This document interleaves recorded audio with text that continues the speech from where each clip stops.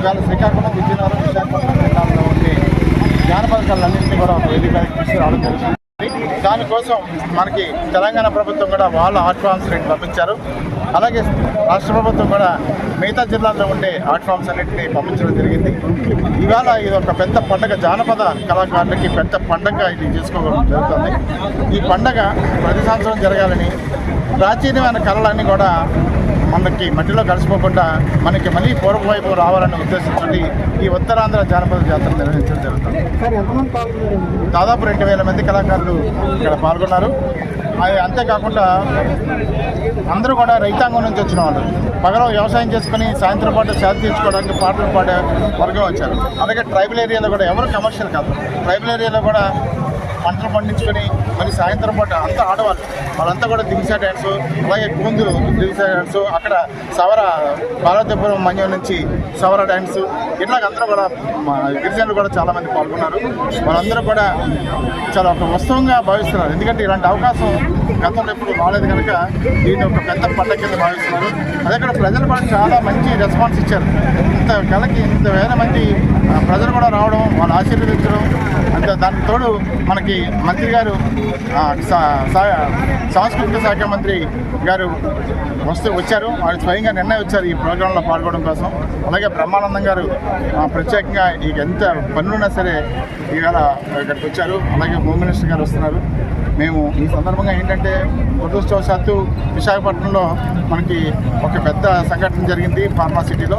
దాన్ని దృష్టిలో పెట్టుకొని మేము వాళ్ళందరికీ కూడా మృతులందరికీ కూడా నివాళులు అర్పించి ఈ కార్యక్రమాన్ని ప్రారంభిద్దామని అనుకున్నాం. ఎందుకంటే ఇన్ని వేల మంది వచ్చిన తర్వాత దీన్ని వాయిదా వేయడం అనేది జరగదు కనుక ఈరోజు పాపం జానపద కళ అంటే చాలా అట్టడుగున ఉన్న ప్రజలందరూ చాలా కింది స్థాయి వాళ్ళకి పూట గడవని పరిస్థితులు ఉన్న వాళ్ళు చాలామంది ఉన్నారు.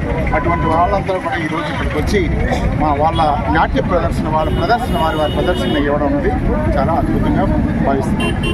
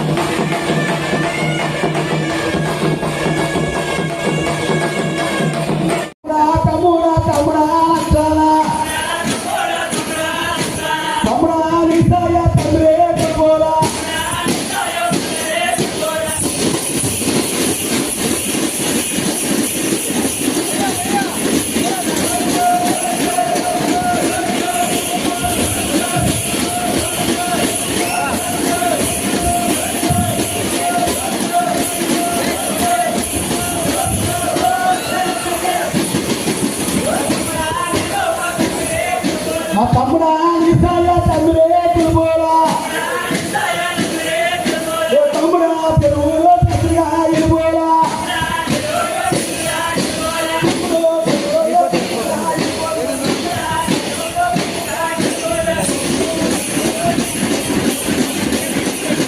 నీ గంధము నీ కాడ కూర్చుంటే నా గంధము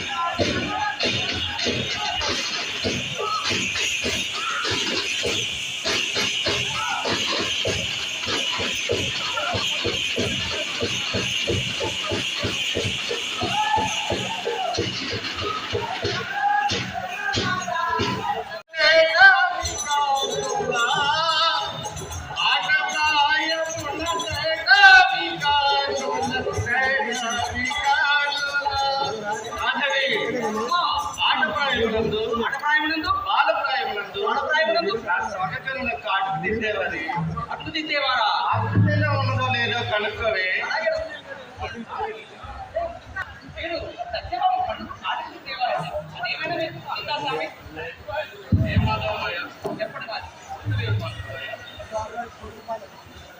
ఏ మాధవరాయ, 16,000 మంది గోపగా స్త్రీలు, 100 మంది పట్టుమాయింతలు, 80 రాజకాంతులు, వీరందరినీ వివాహం ఆడి వీళ్ళలో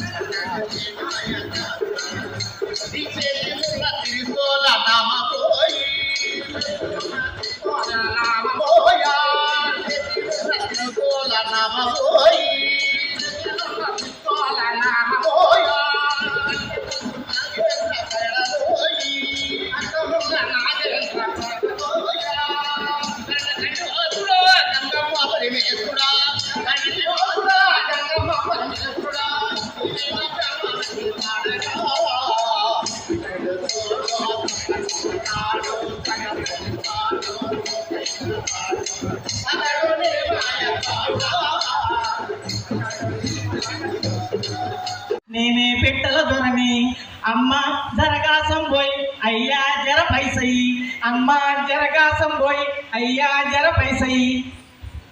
నమస్తే సార్, వందనం సార్, వణక్కం సార్, సలాం లేకుం సార్. మీ అందరికీ ఈరోజు శుభాభివందన మందారాలు అందజేస్తున్నాను సార్. ఇంతకీ నేను ఎవరనుకుంటున్నారా? నేనే సార్, మీ పెట్టల దొరని.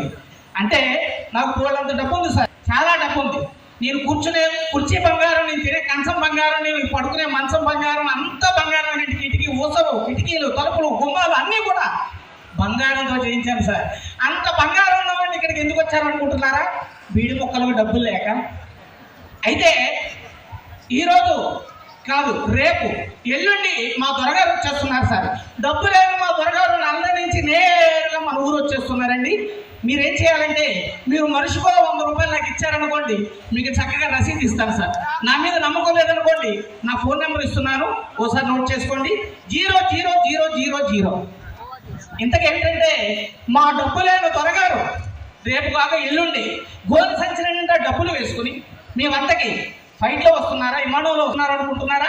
కాదు సార్, లెఫ్ట్ రైట్ కొట్టుకుంటూ 2 కాళ్ళతో వచ్చేస్తున్నారు. గోల్ సంచి నిండా డబ్బులు తీసుకుని మీ అందరికీ పనిచేస్తారు సార్. అంతేకాదు సార్, చంద్రమండలంలో మా చెల్లి పెళ్లి చాలా చక్కగా ఏర్పాటు చేసాం సార్.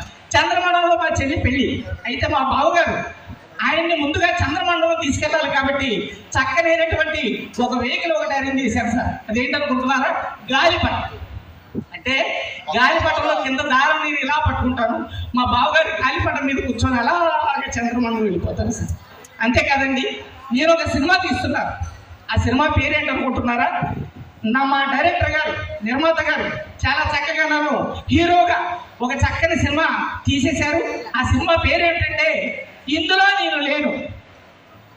ఏమంటే సినిమా పేరు ఇందులో నేను లేను అని మా డైరెక్టర్ గారు, నిర్మాత గారు నన్ను పిలిచి, ఈ సినిమా పేరు ఇందులో నువ్వు లేవు కాబట్టి ఈ సినిమాలో నువ్వు లేనే లేవు బాబు అని చెప్పాడు. అంతే కదండి. ఇంకోటి ఏంటంటే మా ఆవిడ నేనంటే చాలా గౌరవం, చాలా భక్తి. నేను ఇంటికి వచ్చేంత వరకు మా ఆవిడ అసలు ఫోన్ చేయదండి. ఈ రోజుల్లో ఈనాటికి ఇప్పటికీ కూడా నాకు ఏదైనా పని ఎక్కడికైనా వెళ్ళాను అనుకోండి, నేను ఇంటికి వచ్చేంత వరకు మా ఆవిడ భోజనం చేయదు. 1 గంట 2 గంటలైనా 3 గంటలైనా సరే అసలు భోజనం చేయదు. ఎందుకు భోజనం చేయదు అనుకుంటున్నారా? నేను ఇంటికి వచ్చి వంట చేస్తే భోజనం చేస్తుంది. అదే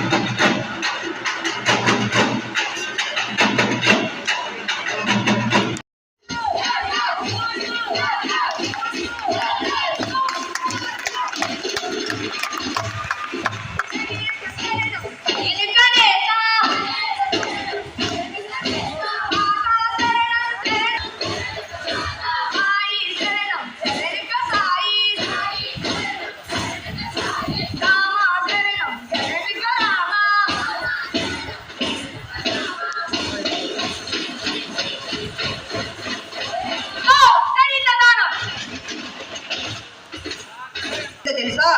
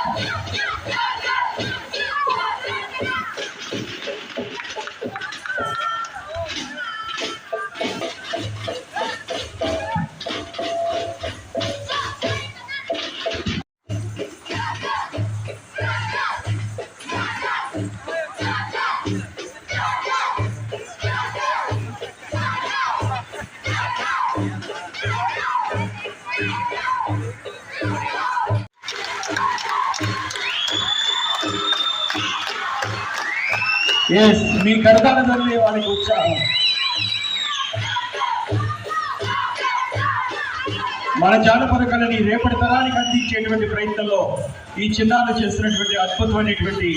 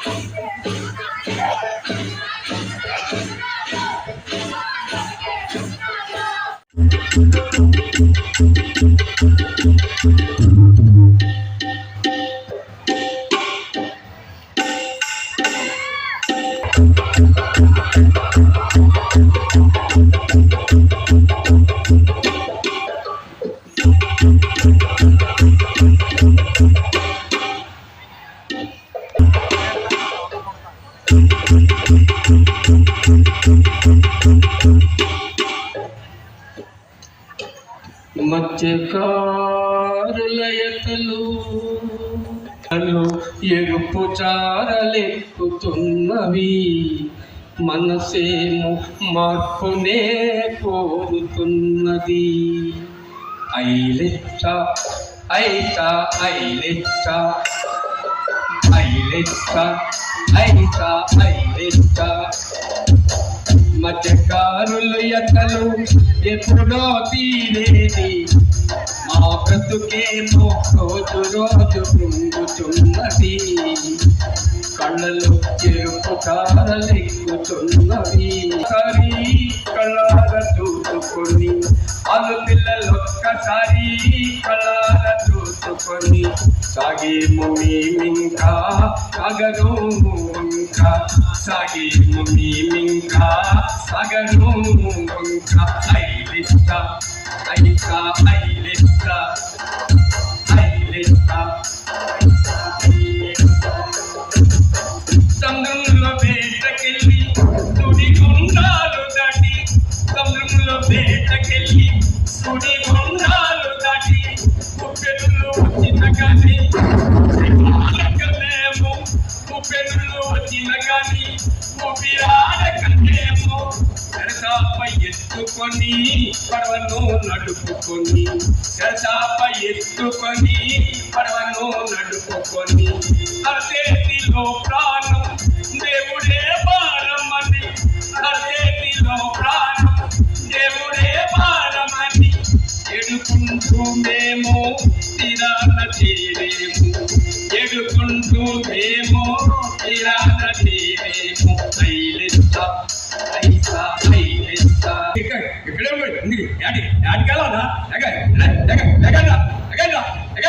ఇంకా చూస్తున్నాడు ఇట్లా పట్టండి అడండి మరి అందరి యాడికి వెళ్ళిపోలేరా వెయ్యండి చేతిలో పెట్టండి చేతిలో పట్టుకోండి సాగిపోతున్నది ఊగిపోతున్నది ఊగిపోతున్నది వయ్యారి నా పడవ సయ్యటగా వయ్యారి నా పడవ సయ్యటగా సాగిపోతున్నది ఊగిపోతున్నది సాగిపోతున్నది ఊగిపోతున్నది సాగిపోతున్నది ఊగిపోతున్నది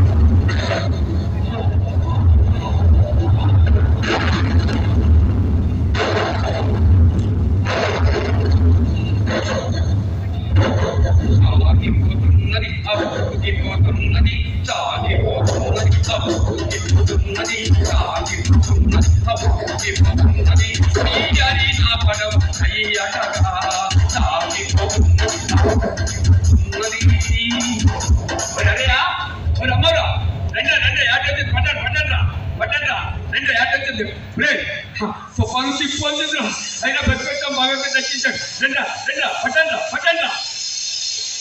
పట్టు పట్టరపై పట్టు పల్లెసి పగ పట్టు కలిపి పగ చుట్టూ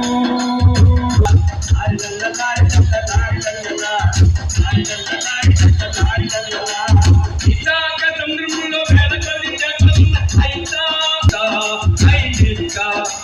ఒళ్ళు వంచి చేసుకుంటే తిరిగినంత బంధం ఉంది ఐసా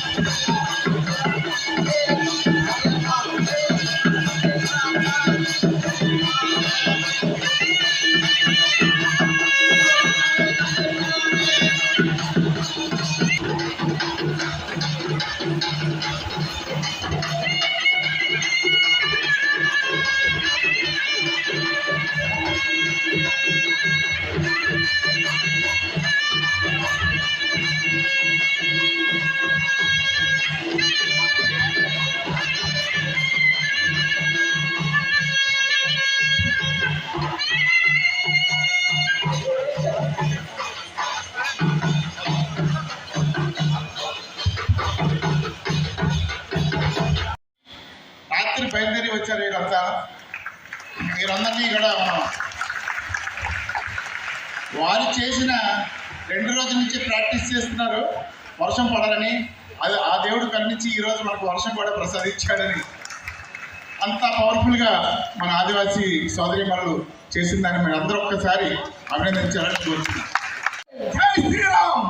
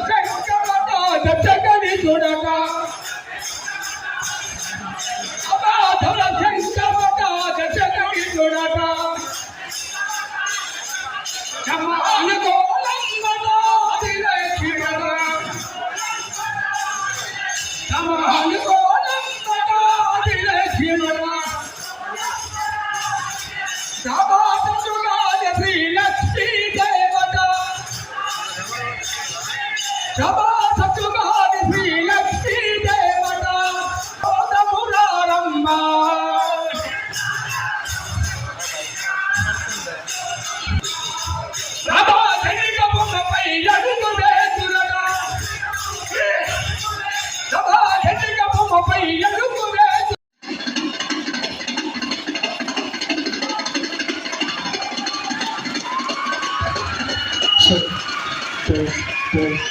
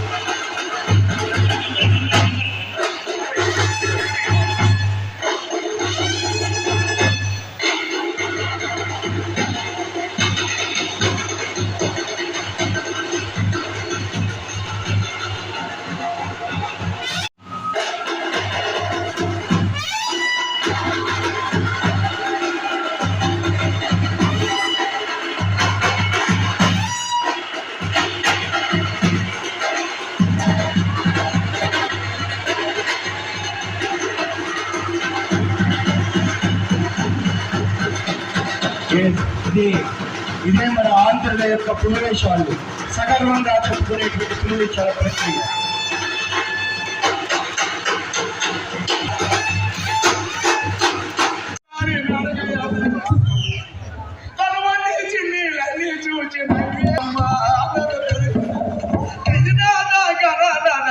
నీవే నీవే సర్వం నీవే సరసర లక్ష్మీ నారాయణ నమో నమో నమ్ముల వెంకటేశ్వర జై పరమేశ్వర. నిన్ను మేనాలో అక్కడి నుంచి పెద్దగా లేరు. మన ఉత్తరాంధ్ర జానపద కళాకారుడు అంటే మహానుభావులు. ఎక్కడ పుట్టింది? శ్రీకాకుళం జిల్లా, విజయనగరం జిల్లాలో. జానపదం అనేది ఒత్తుకు నీటిలో ఉన్నట్టే పదాలు. ఇచ్చమరం చెందానికి ఇచ్చమరం చెందానికి కళ్ళు కొట్టేశాడు. టైని చూసి మనసు లాగేసింది. వాడు టైని చూసి నా మనసు లాగేసింది. అయ్యో వాడు కైపు చూపులు అయ్యో వాడు కైపు చూపులు.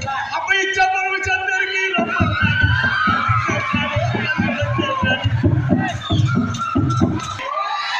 ఎలాగా నవ్వులతో పడగొట్టి తిరిగి తిరిగి జాతరలు చేసేసాడు. వాడు పగలు చూపుతా నన్ను వల్లేశాడే. అయ్యో వాడి కైపు చూపులు. ఇచ్చమరం చెందరికి నమ్మన్నాడు. వాడు రైడేశాడు, కళ్ళు కొట్టేశాడు. అడు టైని చూసి మనసులోకి లాగేసింది. టైని చూసి నా మనసులో లాగేసింది. నా అయ్యో వాడి కైపు చూపులు. నా పరికి నీళ్ళు కట్టుకొని అమ్మ చూకాలు పెట్టుకొని పరికి నీళ్ళు కట్టుకొని చుమకాలు పెట్టుకొని వయ్యాద చిలకలాగా వచ్చేసాడు. అదంతే నాకు ఇష్టమని చెప్పేశాడు. అయ్యో వాడి కైపు చూపులు. ఇచ్చమరం చంద్రుడికి రమ్మన్నాడు.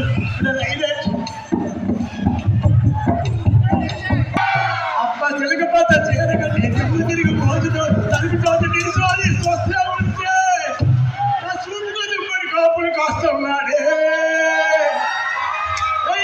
నా మొదల కదయ్యో వాడి కైపు చూపులు. ఇచ్చమరం చంద్రుడికి రమ్మన్నాడు. ఓలే ఓలే గుంట పంపరం లేదు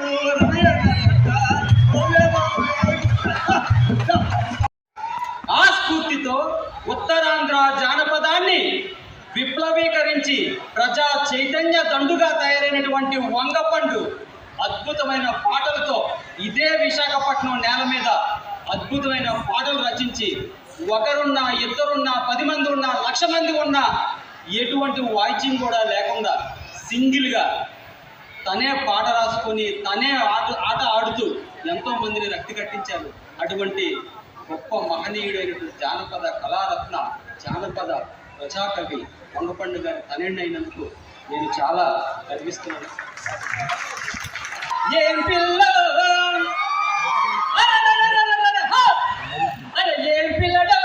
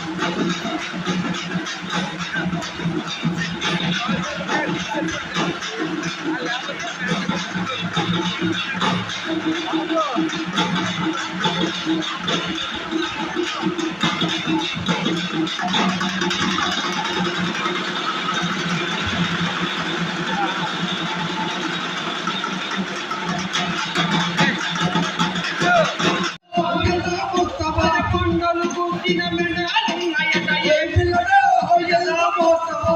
ఏం పిల్లడు ఎలా మోస్తావా?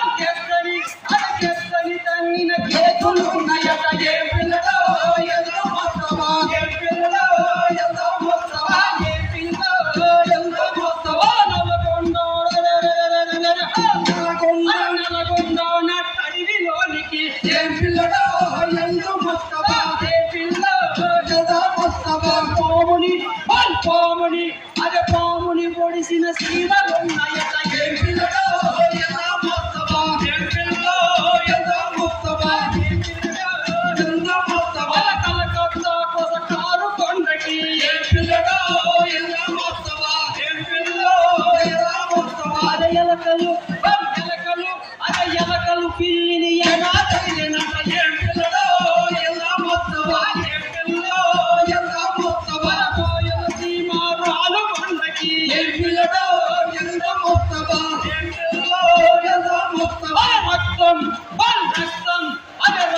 రాజ్యం ఏలకున్నదట ఏ పిల్లడో ఎలా మొత్తవా ఏ పిల్లడో ఎలా మొత్తవా ఆకులు వేసిన మేకల కొండకి ఏ పిల్లడో ఎలా మొత్తవా ఏ పిల్లడో ఎలా మొత్తవా పులిని అదే పులిని నిందిన ఏ పిల్లడో ఎలా మొత్తవా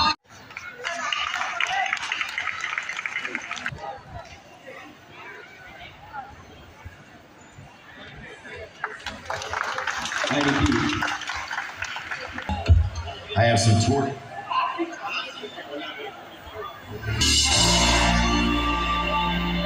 విద్య వ్యాపారం అయిపోయాక విద్యార్థుల్లో సృజనాత్మకత అడుగుతుపోయింది. ఆలోచన శక్తి కూడా అడుగుతుపోతుంది.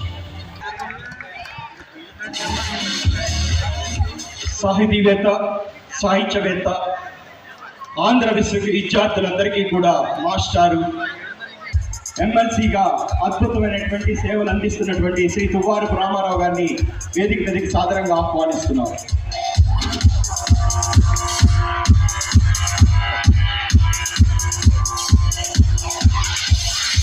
నాటక రచయిత దిశానిర్దేశం చేసేటువంటి శ్రీ దాడి వీరభద్రరావు గారిని వేదిక మీదకి సాదరంగా ఆహ్వానిస్తున్నారు.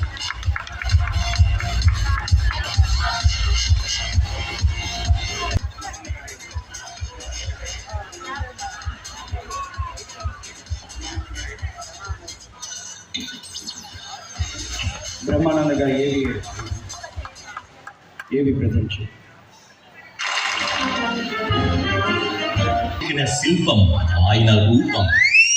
ఆయన నడుస్తుంటే చంటి పిల్లాడికి కితకితలు పెట్టినట్టే. నవ్వుల భోగానికి యోగానికి ఆయనే ఆదియోగి.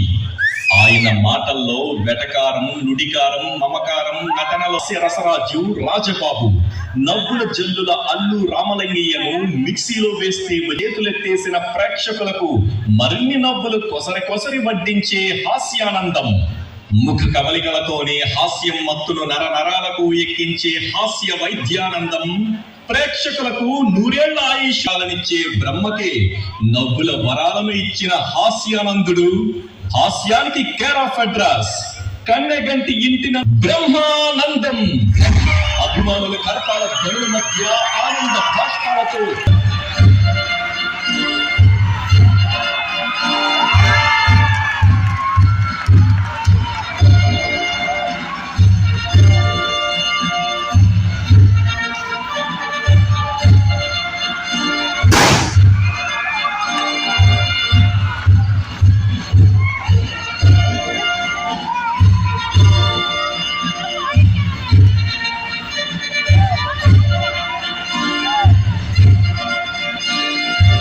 కూడా బాగా కలిసివేస్తుంది. ఇంత ఘోరమైన ప్రమాదం ఇటీవల కాలంలో ఎప్పుడూ జరగలేదు. అయితే దూర ప్రాంతాల నుంచి దాని గురించి మీరు దయచేసి వారి ఆత్మకు శాంతి కలగాలని 2 నిమిషాల పాటు మన మౌనం పాటిద్దాం.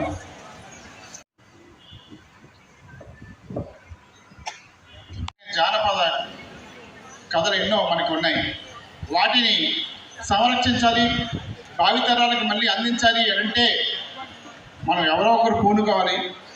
దానికోసం నేను రైటర్స్ అకాడమీ తరఫున ఇట్లాంటి కార్యక్రమం ప్రపంచ జానపద దినోత్సవం సందర్భంగా విశాఖపట్నంలో మన ఉత్తరాన బుట్టబొమ్మలు కానీ గరగలు కానీ పిట్ల దొర కానీ కొయ్యి గుర్రాలు కానీ ఇటువంటివన్నీ పంపించింది మన కందులు దుర్గేష్ గారు.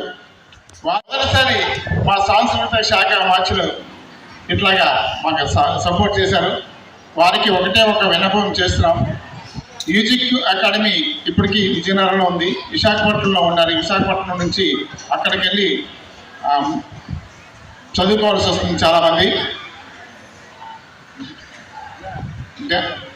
డ్యాన్స్ అండ్ మ్యూజిక్ కాలేజీ ఎగ్జామినేషన్స్కి కూడా అక్కడికే వెళ్ళాల్సి వస్తుంది. అట్లాగా మాకు విశాఖపట్నంలో రవీంద్ర భారతి లాంటి ఒక ఆడిటోరియం కావాలి. మేము చేయడానికి ఎన్నో కళాశాలలు ఉన్నాయి, కానీ ఒక్కటి కూడా ప్రదర్శించుకోవడానికి అనువైన మాకు హాల్స్ లేవు. దాన్ని కూడా మీరు కన్సిడర్ చేయాలి. ఇంకా మూడోది, మా కళాకారులందరినీ మీరు చూశారు, ఎంత పేదరికంలో ఉన్నారో చూశారు. ఇవాళ 60 ఏళ్ళు దాటిన వాళ్ళు కూడా ఇక్కడికి వచ్చి ప్రదర్శన చేశారు. వాళ్ళందరికీ కూడా మీరు పెన్షన్ ఏర్పాటు చేయాలి. కళాకారులందరికీ వారి ద్వారా నెక్స్ట్ జనరేషన్కి మనకి కళలు అందేటట్టు ఉపయోగపడతాయనే ఉద్దేశంతో ఆ మాట చెప్తున్నాం. 45 సంవత్సరాల నుంచి మేమంతా ఒక కుటుంబం, వీరభద్రరావు, రామమూర్తి గారు, మేమంతా కూడా. ఆయన సామాన్యుడిగా కనపడతాడు, అసామాన్యమైనటువంటి పనులు చేస్తూ ఉంటాడు. కొండపల్లి సీతారామయ్య గారు అనేటువంటి ఒక ప్రముఖ నక్సలైట్ నాయకుడి ఆచూకీ కనుగొనడానికి ప్రభుత్వం 20 సంవత్సరాలు కష్టపడుతూ ఉంటే, దాసరి నారాయణరావు గారి ఉదయం పత్రికలో ప్రముఖ జర్నలిస్ట్గా ఉంటూ రమణమూర్తి గారు అండర్ గ్రౌండ్లో ఉన్నటువంటి ఆ కొండపల్లి సీతారామ గారిని కలిసి 2 రోజులు ఆయనతో గడిపి ఆయన ఇంటర్వ్యూ చేసి ప్రపంచానికి చూపించి వాళ్ళు అప్పరపడినటువంటి నిజాయితీ పనులు మా రమణమూర్తి గారు. ఈ రోజున దుర్గేష్ గారు ఇప్పుడు ఉండటం చాలా ఆవశ్యకమైనటువంటిది, అవసరమైనది. సరే, మన అనితమ్మ గెట్టు తప్పదు, మన ఉత్తరాంధ్ర ఆడపడుచు కదా. అయితే దుర్గేష్ గారు నేను చెప్పేది ఏమిటంటే, ఈ రోజున మనకు ఖచ్చితమైనటువంటి తెలుగు భాష కావాలంటే విదేశాలకు వెళ్ళాలి. మనకి తెలుగు సాంస్కృతిక కార్యక్రమాలు కావాలంటే విదేశాలకు వెళ్ళాలి. బౌద్ధ మతం మన దేశంలో పుట్టి వాళ్ళ శిథిలాలుగా మారిపోయి ఈ రోజున తెలుగు భాష, తెలుగు సంస్కృతి, తెలుగు సాంస్కృతిక కళారూపాలని కూడా విదేశాల్లో పట్టం కట్టి కూర్చున్నాయి. 10 సంవత్సరాలుగా హైదరాబాద్ రవీంద్ర భారతిలో డాక్టర్ సి నారాయణ రెడ్డి గారి జన్మదినోత్సవం జరుగుతూ ఉంటే 10 సంవత్సరాలుగా అమెరికాలో ఉన్నటువంటి కళాకారులు వచ్చి, గాయకులు వచ్చి పాటలు పాడుతున్నారు, తెలుగు పాటలు. 12 సంవత్సరాల క్రితం కృష్ణా పుష్కరాలు జరిగితే ఆ కృష్ణా పుష్కరాల సందర్భంగా కృష్ణా తరంగాలు అనేటువంటి ఒక నృత్య నాటికలు సెయింట్ లూయిస్లో, మిజోరీ రాష్ట్రంలో సెయింట్ లూయిస్లో ఉన్నటువంటి కళాకారులు అక్కడ పుట్టి అక్కడ పెరిగిన మన తెలుగు ఆడపిల్లలు బీటెక్లు, ఎంటెక్లు చదువుతూ మన హైదరాబాద్లో, అమరావతిలో, ఢిల్లీలో ప్రదర్శన చేశారు. మనందరికీ కూడా ఒక మార్గదర్శనం ఉంటుందని భావిస్తూ మీ కళాకారులందరికీ కూడా ఈ కార్యక్రమానికి విచ్చేసిన మీ అందరికీ, వివిధ ప్రాంతాల నుంచి వచ్చిన మీ అందరికీ కూడా హృదయపూర్వక నమస్సులు తెలియజేస్తూ నేను సెలవు తీసుకున్నాను. నమస్కారం. ప్రపంచ జానపద దినోత్సవం సందర్భంగా ఈ కార్యక్రమాన్ని ఏర్పాటు చేశారు.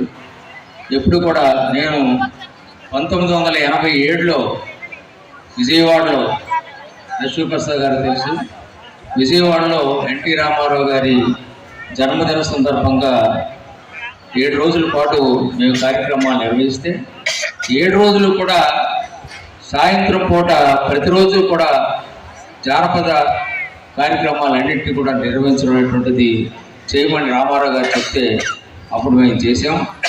ఆనాడు కూడా ఇప్పుడు మంత్రులు ఏ రకంగా అయితే ఈ కార్యక్రమాన్ని చూస్తున్నారో అప్పుడు వారు కూడా రండి గారు కూడా స్టేజ్ మీద జానపద నృత్యాలు చేస్తుంటే ఆ మూలన ఒక పరుపు వేసాం. ఆ పరుపు మీద మఠం వేసుకొని 3 గంటల సేపు ప్రతిరోజు కూడా కూర్చొని చూసేవారు, అందరినీ కూడా అభినందించేవారు. అది దీనికి అంత ప్రాముఖ్యత ఉండడం అనేటువంటిది జరిగింది. మళ్ళీ నాళ్లకు, ఇన్ని సంవత్సరాలకు, 2 దశాబ్దాలు పోయిన తర్వాత మళ్ళీ ఈ కార్యక్రమాన్ని నిర్వహిస్తున్నటువంటి మా రమణమూర్తి గారికి నా ప్రత్యేకమైనటువంటి అభినందనలు తెలియపరుస్తూ, జానపద కళాకారులు అందరూ కూడా చాలా శ్రమ పడుతున్నారు. ఇక్కడ మంత్రి గారికి నేను కోరేది ఏంటంటే, ముఖ్యంగా రమణమూర్తి గారు కోరారు, ఇక్కడ ఈ కళాకారులు ఎవరైతే ఉన్నారో వారికి పెన్షన్స్ ఇచ్చేటువంటి కార్యక్రమం కేంద్ర ప్రభుత్వం పెట్టింది.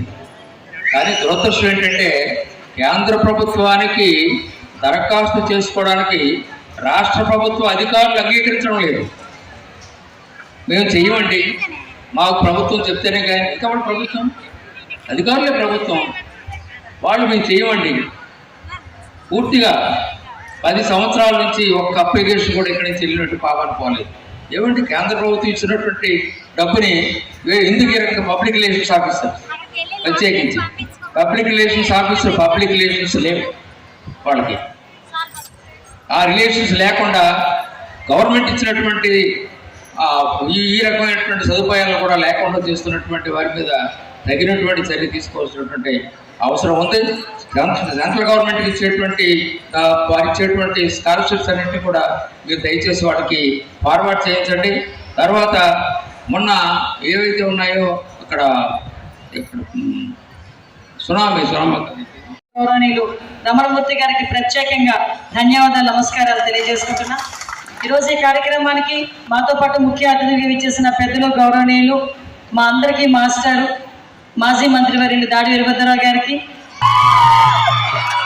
ఎంత సీరియస్గా నడుస్తున్న సినిమాలోనైనా ఒక్కసారి అతను ఎంట్రీ అవ్వగానే మనసు రిలాక్స్ అయిపోతుంది, మైండ్ రిలాక్స్ అయిపోతుంది, మనకి తెలియకుండానే మన మొహంలో ఒక నవ్వు వచ్చింది. నిజంగా అది దేవుడు బ్రహ్మానందం గారికి ఇచ్చిన ఒక పెద్ద వరం. అది నిజంగా అది ఒక రకంగా చెప్పాలంటే తల్లిదండ్రులు చేసుకున్న పుణ్యమో, ఆయన చేసుకున్న పుణ్యమో, కన్న బిడ్డలు చేసుకుంటున్న పుణ్యమో తెలియదు, కానీ అది ఎంతో మందికి రాదు ఆ తాలూకు అవకాశం కానీ ఆ అదృష్టం కానీ. అలాంటి అదృష్టవంతులు అదేవిధంగా అంటే తనలో బాధ ఉందని కాదు, తను ఏ మనిషికైనా ఏదో సందర్భంలో బాధ ఉంటూనే ఉంటుంది. ఎంత బాధ ఉన్నా ఏమి బయటకు జనాలకి మాత్రం తన మొహంలోని మాట పలకక్కర్లే, ఎవరైనా డైలాగ్ చెప్తే జోక్ అవుతుంది, కానీ ఆయన వచ్చి ప్రజెంట్ అయితే చాలు అదే పెద్ద నవ్వులు పువ్వులు పూయించే పరిస్థితి కనిపిస్తూ ఉంటుంది. అదే కాకుండా పద్మశ్రీ అవార్డు గ్రహీత, నోబెల్ బహుమతి గ్రహీత, అంతేకాకుండా మంచి పెయింటర్. నేను ఫేస్బుక్లో ఎక్కువ ఫాలో అవుతూ ఉంటాను, సార్ని చూస్తుంటా. ఎందుకంటే ఒక్కొక్కసారి చూసేటప్పుడు అంత బిజీ షెడ్యూల్లో కూడా ఆ కళల పట్ల తనకున్న అభిమానాన్ని, ఆ చిత్రాలు గీయడం పట్ల తనకున్న మక్కువని, తన చిత్రాల ద్వారా చూపించిన మహోన్నతమైన వ్యక్తిని ఈరోజు కలిసే అవకాశం కలిగినందుకు ప్రత్యేకంగా నేను ఈ జానపద జాతర మహోత్సవం నిర్వహించిన ప్రతి ఒక్కరికి కూడా పేరు పేరున ధన్యవాదాలు, నమస్కారాలు తెలియజేసుకుంటున్నాను. నాకు పొలిటికల్గా మాట్లాడడం తప్పించి సినిమా రంగాల్లో కానీ ఇలాంటి కళారంగాల్లో కానీ మాట్లాడడం చాలా తక్కువ నేను. కానీ ఏదో చిన్న నా ప్రయత్నం. విషయం ఏంటంటే జానపదం అనేసరికి అది ఒక జనపదం.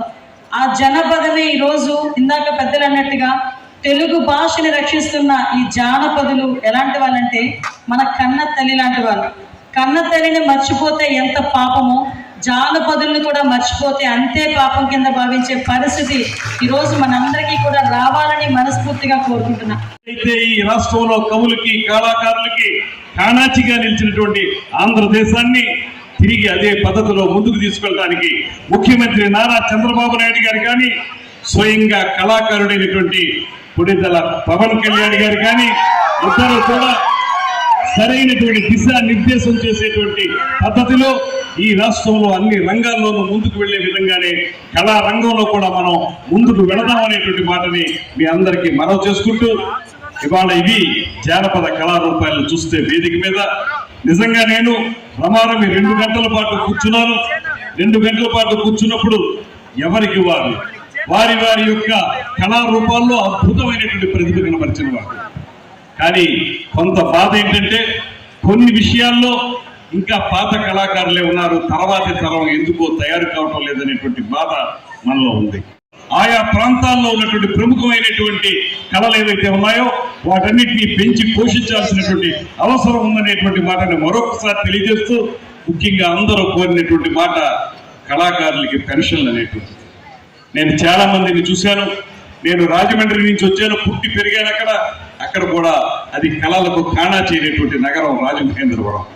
అక్కడ కూడా చాలా మంది కళాకారులను చూస్తూ ఉంటాను.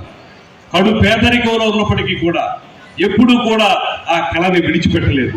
ఇవాళ వంగపండి ప్రసాదరావు గారి అబ్బాయి దుష్యంతం చూస్తే కూడా నాకు అదే ఆనందం. వంగపండి ప్రసాదరావు గారి అబ్బాయి ఆ తండ్రి గారు ఇచ్చినటువంటి కార్యక్రమాన్ని కొనసాగిస్తున్నందుకు వారికి కూడా ప్రత్యేకమైనటువంటి అభినందనలు తెలియజేయాలి. అదేవిధంగా కళాకారులు, పేదవారు ఎవరైతే ఉన్నారో వాళ్ళని కాపాడాల్సిన బాధ్యత మన మీద ఉంది.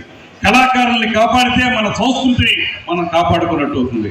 అందుకే పెన్షన్ల విషయంలో మీకు ఒక విషయం చెప్తాను. దాడి వీరభద్రరావు గారు చాలా స్పష్టంగా, ఆయనకి బాగా ఇందులో అభినవేశం ఉంది కాబట్టి చెప్పగలిగారు. ఏదైతే కళాకారులకు ఇచ్చే పెన్షన్ని మొన్నటి వరకు ఉన్నటువంటి ప్రభుత్వం ఏం చేసిందంటే జనరల్ పెన్షన్స్ లో కలిపేసింది. అంటే వాళ్ళకి ఇచ్చేటువంటి పెన్షన్లు సెపరేట్ గా కళాకారులకు ఇవ్వాలన్నటువంటి మాట కాకుండా మామూలుగా వృత్తులకి, వితంతువులకి ఇచ్చేటువంటి పెన్షన్లో కలిపేసి కళాకారులకి అసౌకర్యానికి గురి చేసినటువంటి సందర్భం ఉంది. ఇవాళ స్పష్టంగా చెప్తున్నాను, ముఖ్యమంత్రి గారితో, ఉప ముఖ్యమంత్రి గారితో ఇద్దరితో మాట్లాడి కళాకారులకి పెన్షన్లు ప్రత్యేకంగా ఇప్పించే కార్యక్రమాన్ని తప్పనిసరిగా చేపడతామనేటువంటి మాట. ఇది మా గురుతుల బాధ్యతగా నేను నమ్ముతున్నాను.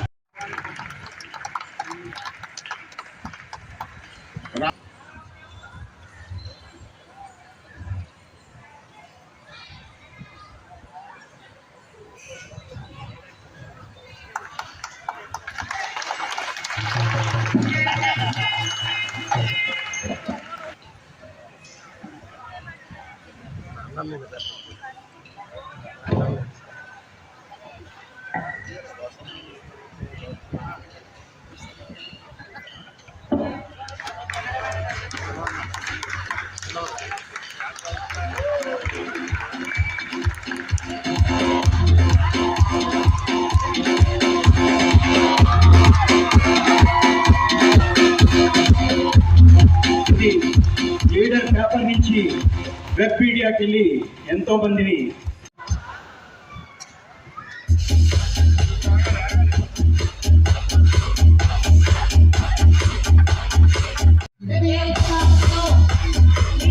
ఓకే అండి, థ్యాంక్ యూ. ఇలా రావాలని కోరుకుంటున్నామండి.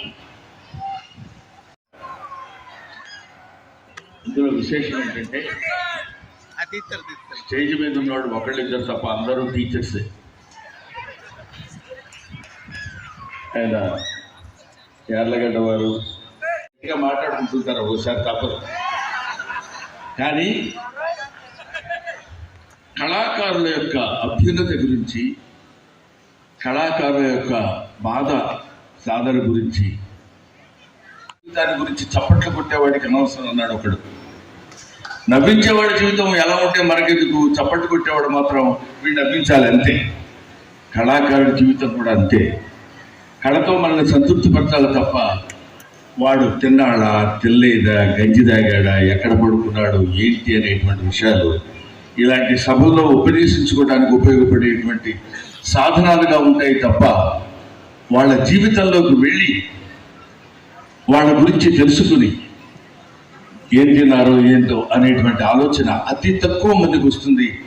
అంత తక్కువ మందికి వచ్చిన వాళ్ళల్లో నా మిత్రుడు రమణమూర్తి గారు. ఆయన ఎంతటి కార్య సమర్థుడంటే 2.5 నెలల క్రితం నాకు ఫోన్ చేశాడు. మిగతా వాళ్ళ దగ్గరికి వెళ్ళాడేమో నాకు తెలియదు కానీ నాకు మాత్రం ఫోనే చేశాడు. ఎందుకంటే వీడు ఫోన్ చేసినా వస్తాడని తెలుసు. వచ్చి 2.5 నెలల నుంచి ఫాలోఅప్లో ఉంటూ మీరు వస్తున్నారని కన్ఫర్మ్ చేసుకొని టికెట్స్ బహుశా 1.5 month బ్యాక్ వేస్తుంటారు. ఆయన వస్తే జానపదాల గురించి, జానపద వాంగ్మయం గురించి, జానపద కళల గురించి ఒక అద్భుతమైనటువంటి మాట్లాడేటువంటి అవకాశం, అదృష్టం. నిజానికి చెప్పాలంటే జనపదుల గురించి మాట్లాడటం ఒక అదృష్టం. అది ఏనాడో పూర్వజన్మలో మనం చేసుకున్నటువంటి అదృష్టం ఉంటే తప్ప, జనపదం అనే పదానికి జనంలో నుంచి పుట్టినటువంటి పదం అని ఇప్పుడే మన రమేష్ గారు చెప్పారు, మల్లేష్ గారు.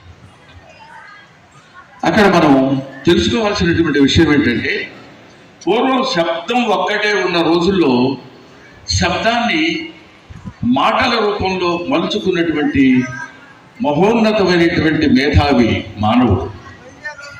అది ఇప్పటికీ మనం పిడుగుపడే ముందు ఒక భయంకరమైన శబ్దం వస్తుంది. ఆ శబ్దం యొక్క అంతరార్థం ఏంటంటే పిడుగుపడబోతుందని చెప్తుంది. మన ఇంటికి దొంగలు వచ్చినప్పుడు కుక్కలు శబ్దం చేస్తాయి. ఆ శబ్దం యొక్క అర్థం ఏంటంటే కుక్క పిల్ల, అగ్గిపుల్ల, సొమ్ముపిల్ల కాదు, ఇది కవిత కనర్థం. అవునవును శిల్పం అనర్థం అన్నాడు శ్రీశ్రీ. దేన్ని తక్కువగా తీసేయడానికి వీలు లేదు అని చెప్పడానికి అలాంటి శబ్దాల యొక్క సూచన చేత కొన్ని అద్భుతమైనటువంటి విషయాలు మనకు తెలియపరిచింది సృష్టి, విశ్వం.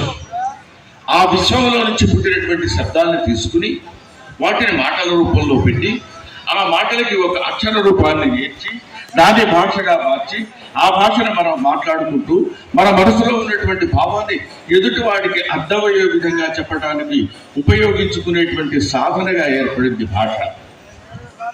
కాబట్టి అటువంటి భాషని చదువుకోవడానికి చదువు లేదు. ఇవాళ కూడా మోస్ట్ అన్ఎడ్యుకేటెడ్గా చాలా తక్కువ మంది, ఎక్కువ మంది చదువుకున్న వాళ్ళు లేరు భారతదేశంలో. అటువంటి వాళ్ళకి ఇప్పుడు మన రూపాయి నోట్ మీద 100 రూపీస్ నోట్ మీద 18 లాంగ్వేజ్ మాత్రమే ఉంటాయి. ఎన్నో లాంగ్వేజెస్కి అక్షరం లేదు, లిపి లేదు, మాట్లాడుకుంటుంటారు, వాళ్ళకి అర్థమవుతుంది. లంబాడీ భాష ఉందనుకోండి, దానికి ఒక అక్షర రూపం లేదు. రూపం లేనటువంటి, అక్షర రూపం లేనటువంటి స్థితినిచ్చి దీన్ని, ఈ భాషని కళాకారులు అనేటువంటి వాళ్ళు అంటే ఈ అక్షరాల్ని మాటలుగా పేర్చి, మాటల్ని పాటలుగా పేర్చి, పాటల్ని మీకు అర్థమయ్యేటట్టు చెప్పి దాని ద్వారా మీకు ఆనందాన్ని, ఉత్సాహాన్ని కలిగింపజేసేటువంటి ఏకైక సాధనం జానపద కళ. అది ఉత్తర జానపదం. ఇందాక మాస్టర్ అన్నారు ఉత్తమ జానపదం. ఉత్తరమైన, దక్షిణమైన సరస్వతీదేవి ఒక్కటే. Artist one, artist are so many. ఎక్కడ పుట్టినా ఎక్కడ పుట్టినా మనుషులంతా ఒక్కటే. కాబట్టి వాళ్ళ నుంచి వచ్చినటువంటి ఈ అద్భుతమైనటువంటి ఈ కళ పైగా ఆయనకి ఎందుకు కలిగిందో ఆ రమణమూర్తి గారికి ప్రపంచ జానపద దినోత్సవం అని. ప్రపంచ జానపద దినోత్సవం అంటే ప్రపంచంలో ఉన్నటువంటి వాళ్ళందరూ ప్రతి చోట ఉంది. Not only in India, it's everywhere in the world. ప్రతి చోట వాళ్ళు మాట్లాడుకునేటువంటి భాషలో, వాళ్ళ మాట్లాడుకునేటువంటి తీరులో వాళ్ళ సంస్కృతిని, వాళ్ళ భాషని, వాళ్ళ యొక్క ఆర్థిక వ్యవహారాల్ని, వాళ్ళ యొక్క రాజకీయ వ్యవహారాల్ని అద్భుతమైనటువంటి రీతిలో చిత్రీకరింప చేసి వేదిక మీద పెట్టి వాటిని ప్రదర్శించి ఎదుటి వాడికి అర్థమయ్యే విధంగా చేసేటువంటి కళ జానపద కళ. మా గురించి మాట్లాడుకునే ముందు ఆ డొక్కా సీతం అనే పేరు ఎలా పెట్టారు, నాకు బ్రహ్మానందం పెట్టినట్టు. కాలుతున్న డొక్కల్ని నింపేటువంటి ఆ మహాతల్లి డొక్కా సీతం. ఎంతమంది డొక్కల యొక్క ఆర్తిని చేకూర్చింది ఆ మహాతల్లి. ఆత్మ ఉందో లేదో తెలియదు, ఆ మహాతల్లి ఎక్కడుందో తెలియదు. ఆ తల్లికి ఆ హృదయపూర్వకమైనటువంటి స్ఫూర్తిని కల్పిస్తున్నారు. ఎక్కడెక్కడ ఇప్పుడు మన మంత్రి గారు చెప్పారు, ఇటువంటి కళాకారులు వీళ్ళందరూ ఏంటో తెలుసు. నుంచి మనం చూస్తున్నాం, షూటింగ్ ఉందని చాలా అర్జెంట్ వ్యవహారం, వెళ్ళాలి, చాలా బిజీగా ఉన్నాను, ఇలాంటి మాట. నిజంగా బిజీగా ఉన్న మాట వాస్తవం. ఎప్పుడు ఈ మధ్య లేదు. ఈ 5-6 రోజుల నుంచి కొంచెం ఇబ్బందికరంగానే ఉంది. కానీ నాకు కృతజ్ఞతతో కూడినటువంటి మనిషిని విశాఖపట్నంలో బ్రహ్మానందానికి సన్మానం చేయాలని నా పుట్టినరోజున మేషార్ అధ్యక్షతన ఇక్కడ ఒక అద్భుతమైనటువంటి కార్యక్రమాన్ని నిర్వహించారు. ఆయన పరిగెట్టుకుని బ్రహ్మానందం గారు మీరు వచ్చి మాట్లాడితే బాగుంటుందని నేను అడిగితే నేను కాదనలేకపోయాను. కాదనకూడదు. ఎందుకంటే మహాభారతంలో తిక్కర సమయ చెప్తారు, కృతజ్ఞత లేని శవాన్ని కుక్క కూడా ముట్టుకోదు అని. ఎవరైనా సహాయం చేశారంటే మనం జీవితాంతం గుర్తుకోబెట్టేయాలి. మనకు ఎవరైనా మేలు చేశారంటే మనం గుర్తుపెట్టుకోవాలనే భావనతోటి రమణమూర్తి గారు ఇచ్చిన పిలుపుకి అంగీకరించి నేను ఇక్కడికి వచ్చాను. ఇక్కడ ఒక అద్భుతమైనటువంటి కార్యక్రమం జరుగుతుంది. తర్వాత ఇటువంటి బాధల్ని చూసిన వాడు, ముఖ్యంగా మదర్ తెరీసాని ఎవరు అడిగితే, అమ్మా నీ దృష్టిలో అందమైన వాళ్ళు ఎవరు అని అడిగితే 6 అడుగులు ఎత్తు బ్రహ్మాండమైన పర్సనాలిటీ ఉండేవాడు కాదు. ఎవరి కళ్ళలో అయితే దయాగుణం కనిపిస్తుందో ఆ కళ్ళు కలిగిన ప్రతి వ్యక్తి అందమైన వాడే. ఒక్క అందంగా ఉండాలా? ఆ తల్లి ఎంతమంది పేదల చుత్తులో బాగా తీర్చిందో కదా ఆవిడ. అలాగే నాకు తెలిసినంత వరకు ఆయనతో నాకున్న పరిచయాన్ని నేను పురస్కరించుకుని చెప్తున్నా. ఆకలి అంటే, బాధ అంటే, కష్టం అంటే ఉత్తర క్షణంలో ఇమీడియట్గా స్పందించేటువంటి ఏకైక వ్యక్తి నాకు తెలిసిన అతి తక్కువ మందిలో పవన్ కళ్యాణ్. నాకు డొక్కాసీతమ చూసినప్పుడు అతను గుర్తొస్తుంది. ఇది ఇక్కడ అప్రస్తుతమా ప్రస్తుతం అనే పరిస్థితి కాదు. ఎందుకంటే పవన్ కళ్యాణ్ గారి వాళ్ళు రాజకీయాల్లో ఉన్నారు కాబట్టి ఆయన గురించి మాట్లాడటం కాదు. పవన్ కళ్యాణ్ ఒక వ్యక్తిగా నేను చెబుతున్నటువంటి విషయం.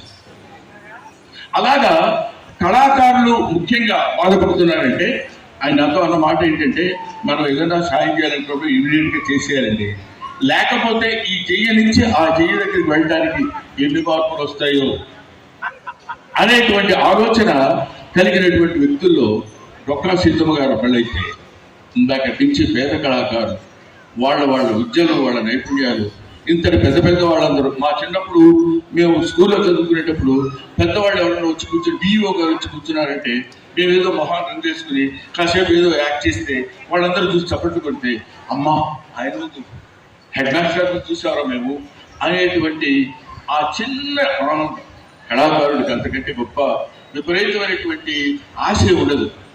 అందుకని కౌడుబాడు రాధాకృష్ణ చెప్తాడు హిల్ స్టేషన్ నాటకం, ఆ చప్పట్లే కదరా ఆకలికి ఉన్న కళాజీవికి పంచపక్ష ప్రమాణాలు. ఇంకో చోటు నుంచి వచ్చినటువంటి పదాలు కాదు, కడుపు గాలితో వచ్చిన పదం,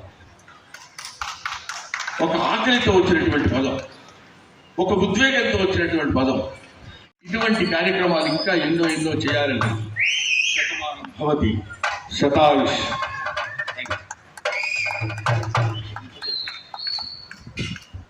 ఒక్క నిమిషం కూర్చుంటే అయిపోతుందండి అంటున్నాను. ఇటువంటి ఇదంతా దారుణం. మూర్తి నవరసమూర్తి గారు,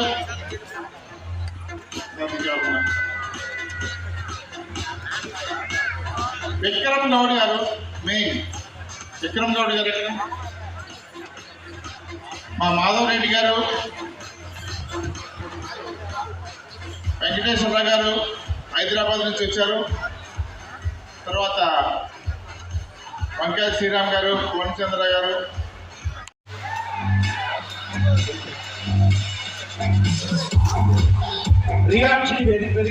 రియాన్షి మినిస్టర్ గారి చేతుల మీదుగా